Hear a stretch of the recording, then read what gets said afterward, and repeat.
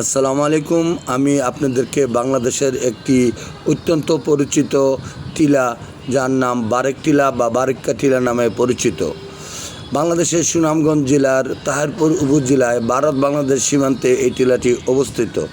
এই টিলাটিতে প্রায় 40টি আদিবাসী বসবাস করেন। এই টিলা থেকে সূর্যোদয় অত্যন্ত স্পষ্টভাবে দেখা যায়। এই টিলাটির অপর প্রান্তে মেঘালয় রাজ্য।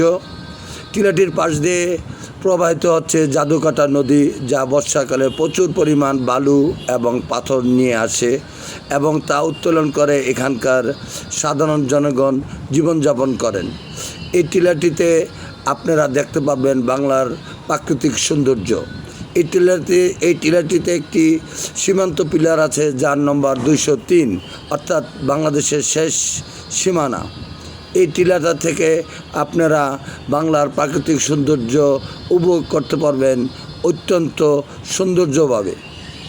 যারা শহরের নাগরিকে জীবনে ক্লান্ত, তারা একবার ঘুরে যান, উপভোগ করুন শান্তিময় ও প্রাকৃতিক সৌন্দর্যময় এক জীবন।